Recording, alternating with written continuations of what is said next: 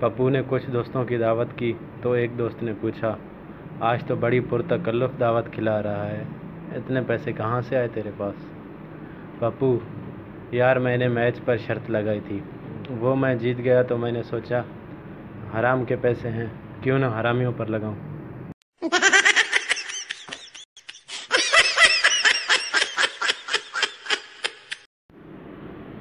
بیوی: جانو میں سوچ رہی ہوں آپ کے ساتھ دبئی یا پھر لندن گھومنے جاؤں، کتنے پیسے لگیں گے؟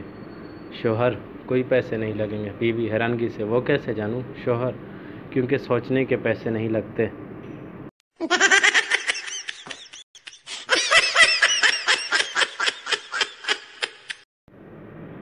ٹیچر پپو سے: کل اسکول کیوں نہیں آئے؟ پپو: مجھے برڈ فلو تھا۔ ٹیچر حیرانگی سے: یہ تو پرندوں کو ہوتا ہے۔ پپو: تو مس آپ نے مجھے انسان سمجھا ہی کب ہے، روزانہ کسی نہ کسی بات پر مرغا بنایا ہوتا ہے۔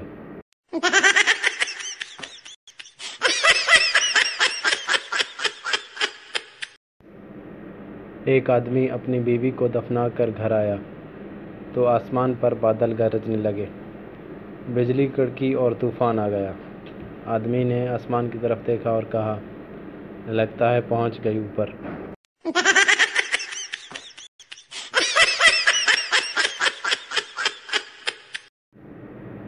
کسی لڑکی کے چہرے پر بری نظر ڈال کر گناہ کمانے سے بہتر ہے اس کے پاؤں دیکھ کر استغفار کہہ کر ثواب کما لیں۔ شکریہ۔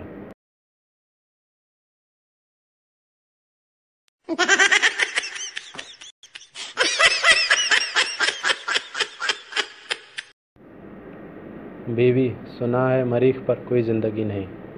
خاوند: میری تے زمین تے بھی کوئی نہیں۔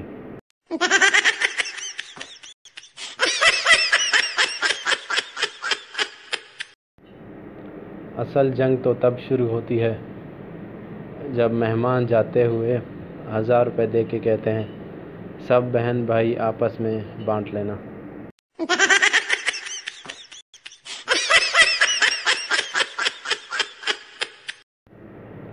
پکوڑوں کی ہسٹری۔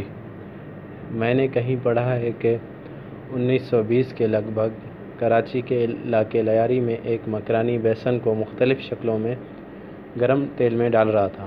جب تھوڑی دیر بعد اس نے وہ تیل سے نکالے تو وہ کچے تھے۔ اس نے ان کو پھر سے تیل میں ڈال دیا اور جب دوبارہ نکالا تو تب بھی وہ کچے تھے۔ اس مکرانی نے غصے سے لال پیلا ہو کر کہا، اڑے پکو اڑے۔ تب سے ان کا نام پکوڑے پڑ گیا۔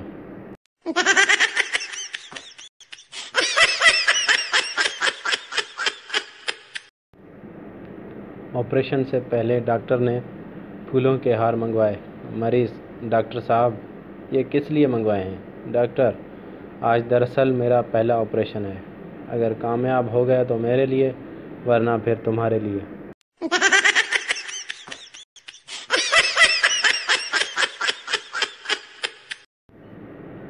یقیناً اس شخص کا تو خوشی سے بھروسہ ہی اٹھ گیا ہوگا جس کی بیوی کا نام خوشی ہو۔